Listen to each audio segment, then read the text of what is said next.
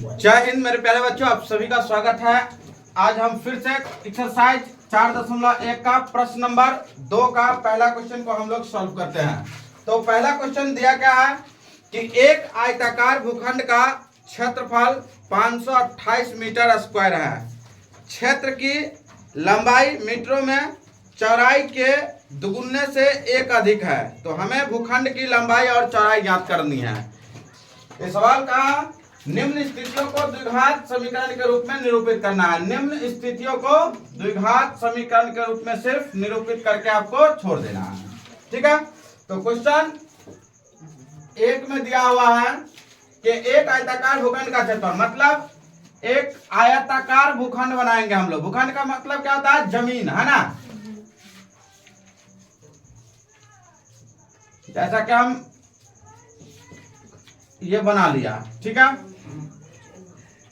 यह आयताकार हमने भूखंड बनाया है जिसका क्षेत्रफल दिया हुआ है। क्षेत्रफल क्या दिया हुआ है? इसका क्षेत्रफल बराबर 528 मीटर स्क्वायर दिया हुआ है ना। और उसके बाद आगे कहता है कि एक आयताकार भूखंड का क्षेत्रफल 528 मीटर स्क्वायर है। क्षेत्र की लंबाई चौड़ाई के दुगुने से एक अधिक है। ये क्या होगा? ये हमारा लंबाई होगा, ठीक है। लंबाई को हम लोग शॉर्ट फॉर्म में एल लिख लिए, मतलब लॉ लिखे, और चौड़ाई को हम सब चौ लिख लिए, है ना। तो चौड़ाई को ये कहा, ये क्या कह रहा है कि चौड़ाई जो है, मतलब लंबाई जो है चौड़ाई से, है ना, ये स्पष्ट रूप से बता रहा है कि चौड़ाई जो है, मतलब लंबाई चौड़ाई से दुगुने से एक अधिक है ना। तो हम लोग अगर चौड़ाई को अगर x मान ले, तो ये कहा कि चौड़ाई से हमें दुगुना, तो दुगुना का मतलब हो गया चौड़ाई कितना x है, तो ये हो गया 2x, प्लस एक अधिक भी है ना। तो प्लस एक अधिक भी है, हमने यहाँ कर लिया, ठीक है। आगे हम लोग लिखेंगे कि माना कि आयताकार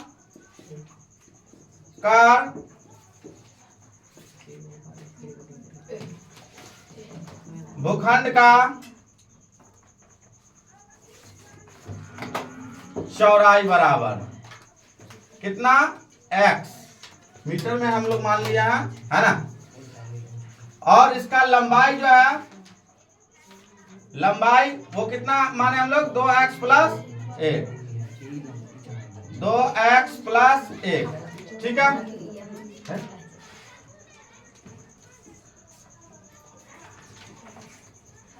उसके बाद जो है हमें यहाँ लिख दिया कि माना कि एक आयताकार भूखंड का क्षेत्रफल x है, लंबाई जो है इतना है, और भूखंड का क्षेत्रफल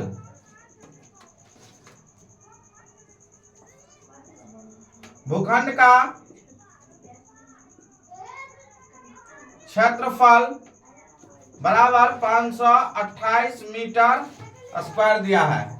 तो हम लोग यहाँ लिखेंगे प्रश्न से, ठीक है। प्रश्न से अब जो ये कहा उसको हम लोग यहाँ लिखेंगे, ठीक है। आगे ये कह रहा है कि क्षेत्रफल की लंबाई जो है चौड़ाई के दुगुने से एक अधिक है। हमें भूखंड की लंबाई और चौड़ाई ज्ञात करें। तो ये जो स्पष्ट रूप से कह दिया है ना। और हम लोग जानते हैं कि आयत का जो क्षेत्रफल होता है वो क्या होता है? लंबाई गुना चौड़ाई, है ना। क्षेत्रफल क्या होता है? लंबाई गुना चौड़ाई। तो हम सब लिख सकते हैं ऐसे, लंबाई गुना चौड़ाई बराबर क्षेत्रफल, है ना, क्षेत्रफल, ठीक है। आगे लंबाई क्या है तुम्हारा? तो देख लेते हैं हम लोग। लंबाई क्या दिया हुआ है? 2x plus 1। क्वेश्चन में चौड़ाई है मेरा x, तो x, है ना, बराबर क्षेत्रफल दिया 528 मीटर स्क्वायर, है ना। वैसे हम लोग नहीं भी लिखेंगे तो चलेगा वहां, ठीक है। चलो, 2 को अब देखो, इसको गुना करना होगा। यहाँ पर क्या है? इंटू का मतलब गुना, है ना। x को 2 से गुना करेंगे, 2x से, तो 2x स्क्वायर, ठीक है। 1 को x से गुना करेंगे तो सीधा हम लोग लिख सकते हैं यहाँ पे x, इधर हो गया 528, ठीक है। अब देखो 528 को हम लोग इधर लेके आ जाते हैं, ठीक है। तो ये हो जाएगा 2x square plus x minus 528 equal to 0। तो ये कह रहा था कि द्विघात समीकरण के रूप में ला करके सिर्फ छोड़ना है ना। यहाँ कह रहा है ना कि निम्न स्थितियों को द्विघात समीकरण के रूप में निरूपित करे, है ना। तो मैंने इसको द्विघात समीकरण के रूप में निरूपित कर दिया, ठीक है। तो अब हम लोग नेक्स्ट प्रश्न लेते हैं, 2 का दूसरा क्वेश्चन कि 2 क्रमागत धनात्मक पूर्णांकों का गुणनफल 306 दिया हुआ है, हमें पूर्णांक को ज्ञात करना है इसमें, है ना। तो हमें ये जो कहा क्वेश्चन क्या कह रहा है कि 2 क्रमागत धनात्मक पूर्णांक। तो हम लोग जानते हैं कि अगर मान लिया जाए कि पहला को अगर हम लोग x लेंगे तो दूसरा हमारा क्या हो जाएगा, लगातार क्रमागत कारक। क्रमागत मतलब होता है एक के बाद दूसरा, दूसरा के बाद तीसरा, तीसरा के बाद चौथा, है ना। अगर ये अलग कहता तो हम लोग सम कहता है या विषम कहता है तो हम लोग अलग अलग लेते हैं, ठीक है, इसी में चुन लेते हैं, ठीक है। लेकिन यहाँ जो है x एक हो गया x प्लस 1, है ना, 2 मेरा हो गया यहाँ से, तो हम लोग यही मान के रखेंगे। तो 2 क्रमागत क्या है, तो ये हम लोग लिख लिए, तो लिखेंगे माना कि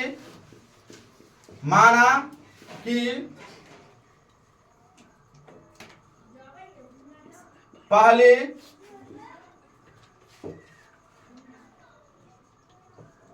धनात्मक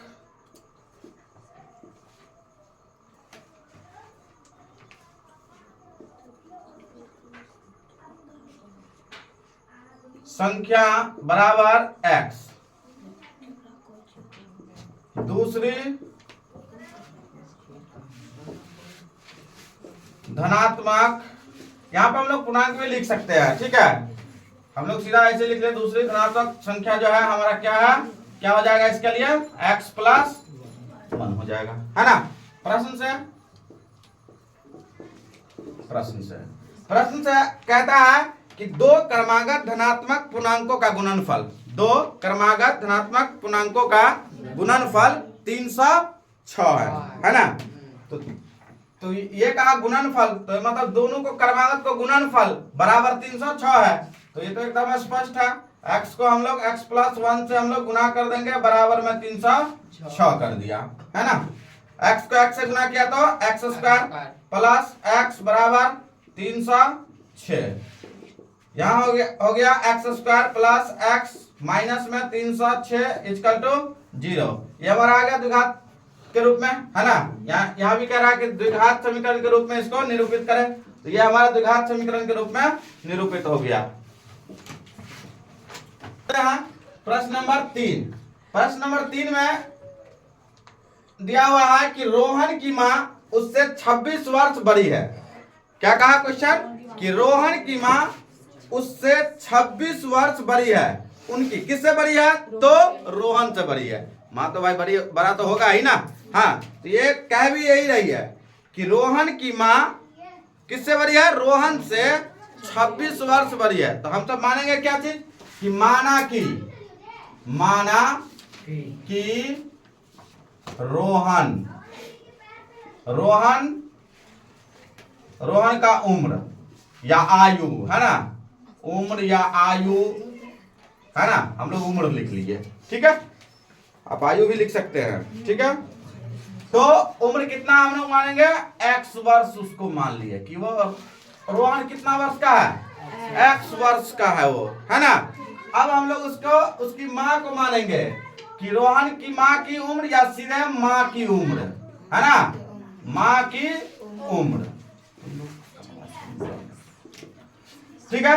तो x प्लस कितना आ जाएगा, ये कह रहा है कि मतलब 26 वर्ष बड़ी है ना। तो 26 वर्ष बड़ी है मतलब x प्लस 26, है ना, 26 वर्ष हो गया, ये बड़ी है किससे, तो रोहन से बड़ी है, ठीक है। आगे हम लोग लिखेंगे प्रश्न से,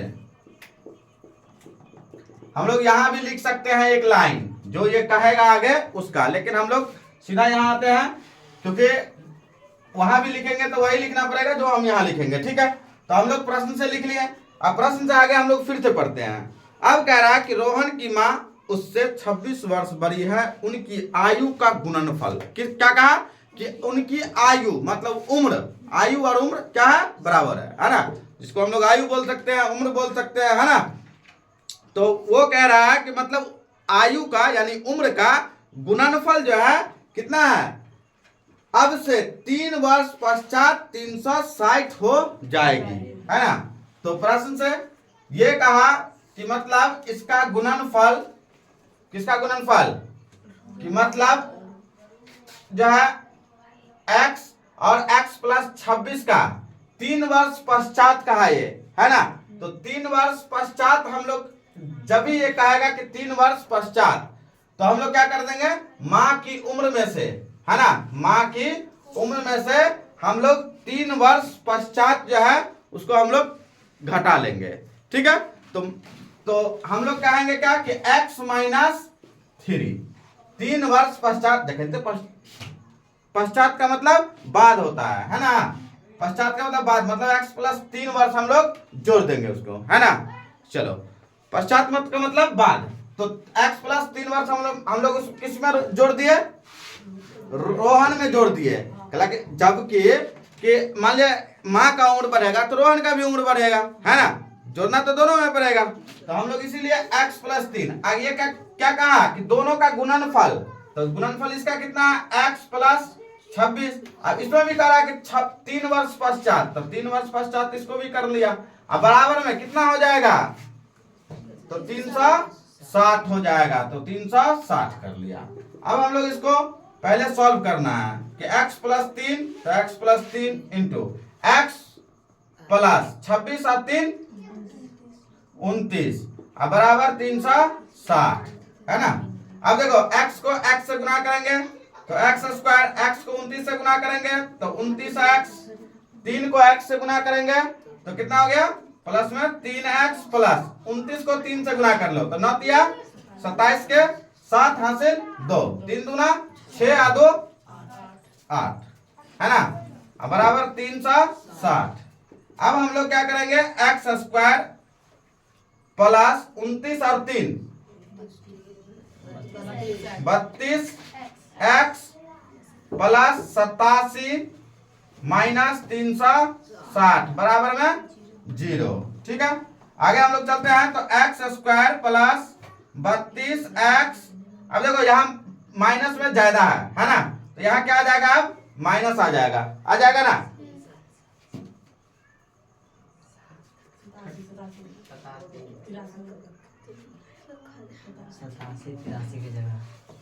तो यहाँ जो है 9 तिया 27 के 7 हासिल, है ना। तो 10 में से 7 गया तो कितना हो गया, 3, 10 में से 7 गया तो 3, और यहाँ मेरे पास कितना बच गया, 5, है ना। तो यहाँ हो गया हासिल लिया तो 15, 15 में 60 गया तो 7, और यहाँ बचा 2, 2 सा 73, है ना। तो ये हमारा द्विघात के फॉर्म में आ गया, है ना। तो ये हमारा इस क्वेश्चन का आंसर हो गया। एक रेलगाड़ी, अगला प्रश्न दिया हुआ है कि प्रश्न नंबर 2 का चौथा क्वेश्चन कि एक रेलगाड़ी 480 किलोमीटर की दूरी समान चाल से तय करती है ना। यदि इसकी चाल 8 किलोमीटर कम होती तो वह उसी दूरी को तय करने में 3 घंटे अधिक लेता। तो हमें रेलगाड़ी की चाल ज्ञात करना है, तो लिखेंगे यहाँ पे माना कि रेल गाड़ी की चाल, सीधा चाल लिख लेते हैं हम लोग, x किलोमीटर प्रति घंटा, और इसका दूरी कितना दिया हुआ है, रेलगाड़ी की दूरी, तो दूरी इसका जो दिया हुआ है रेलगाड़ी की दूरी वो 480 किलोमीटर दिया हुआ है ना। उसके बाद आगे कहता है कि यदि इसकी चाल 8 किलोमीटर कम होती तो वह उसी दूरी को तय करने में 3 घंटे अधिक समय लेता। हम लोग यहाँ पे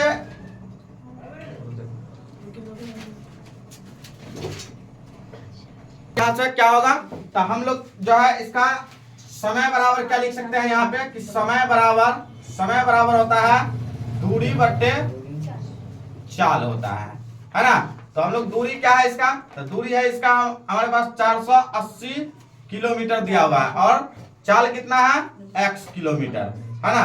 एक हमने रख लिया इसको। उसके बाद पुनः फिर से ये कह रहा है कि इसकी चाल अगर 8 किलोमीटर प्रति घंटे कम कर दिया, है ना, इस ट्रेन की चाल जो है 8 किलोमीटर, मतलब रेलगाड़ी की चाल।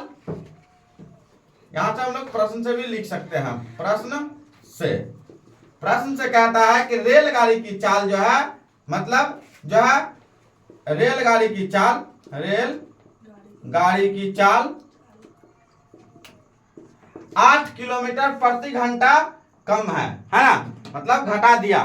तो इसका मतलब है कि यहाँ हो जाएगा x माइनस 8 किलोमीटर प्रति घंटा, घटा दिया इसको, है ना। तो फिर से, और इसका दूरी कितना है, दूरी तो सेम है 480 किलोमीटर, है ना। तो इसमें भी हम लोग समय निकाल लेते हैं। तो समय बराबर क्या होता है, दूरी बट्टे चाल होता है। तो दूरी क्या है हमारा, इसका दूरी हो गया 480 बट्टे x माइनस 8, है ना, x माइनस 8। ये हमारा दूसरा हो गया, यानी कि ये हमारा, इसको हम लोग फर्स्ट स्थिति बोल सकते हैं, स्थिति फर्स्ट और स्थिति सेकंड यहाँ पर से, है ना, यानी फर्स्ट स्टेज और सेकंड स्टेज में हमें क्या आया, पहला समय बराबर हम लोग निकालिए तो 480 बट्टे x, और दूसरा आ गया हमारा 480 बट्टे x माइनस 8। अगला आगे कहता है ये प्रश्न कि वह उसी दूरी को तय करने में 3 घंटे अधिक समय ले लेता है ना, 3 घंटे अधिक समय ले लेता है। तो हम लोग आगे बढ़ेंगे इसको कि 480 बट्टे x माइनस 8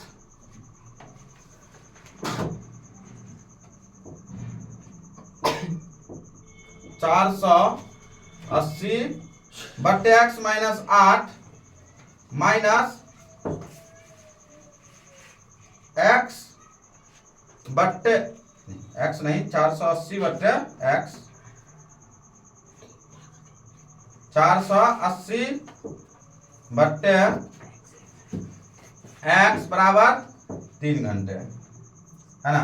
इसको हम लोग जो है एलसीएम ले लेंगे। तो यहाँ हो जाएगा x और x माइनस 8, x माइनस 8 से x माइनस 8 कैंसिल, 480, तो 480 x माइनस x से हमारा x कैंसिल, तो ये हमारा हो जाएगा 480 x माइनस 8 बराबर में 3। अब हम लोग इधर 480 x minus 480 x minus minus plus, ठीक है, 480 को 8 से गुना कर देंगे, कितना होगा 3840। अब बट्टे हमारा यहाँ क्या हो गया, x को x से गुना किया तो x स्क्वायर माइनस 8x बराबर में 3, ठीक है। इसको हम लोग ऐसे एक यहाँ ले लेते हैं, कोना कनी गुना कर लो, ठीक है। 480 से ये 480 प्लस माइनस कैंसिल हो गया, है ना। तो ये हमारा हो गया 3 को x स्क्वायर से गुना किया तो 3x स्क्वायर माइनस 8 त्रिक 24, तो 24x 8 त्रिक 24x, और प्लस में कितना हो गया इधर 3840, ठीक है। इसमें हम लोग 3 से 3 कॉमन ले लेते हैं, है ना, 3 हम लोग जो है कॉमन ले लिए, ठीक है। तो 3 कॉमन ले लिए तो हमें यहाँ पे बचा क्या, x स्क्वायर माइनस 3 8 24, तो 8x बराबर में, और इधर हो जाएगा 3 कम 3, है ना।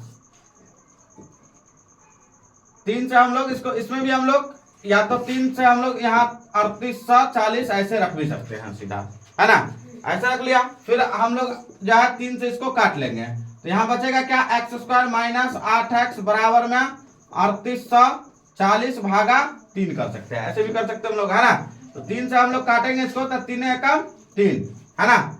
यहाँ हमारे पास बचा क्या, यहाँ बच गया हमारे पास जो है, हम लोग भाग दे देते हैं यहाँ पे, है ना, 3 से भाग दे देते 3840 में, तो 3 एकम 3 कट गया, उतर गया 8, 3 दूना 6, 2 4 3 8 24, है ना, उतर गया 0 0 से हम लोग लगा दिया, कट गया, यानी 1280 आता है यहाँ, तो 1280। तो x स्क्वायर माइनस 8x बराबर में 1280, तो इसीलिए तो यहाँ ही रहने दो। X square minus 8x minus 1280 equal to 0। यह हमारे इस क्वेश्चन का आंसर हो गया। ठीक है, इसमें जो है थोड़ा सा मतलब जो है इसको आप प्रश्न से यहाँ नहीं कर करके आप जो है नीचे कर लीजिए। ठीक है, यहाँ पे कर लो प्रश्न से। मिस्टेक भाई हो गया था, ये यहाँ होता है ये प्रश्न से, तो आप ऐसे कर लीजिएगा। ठीक है, थैंक यू।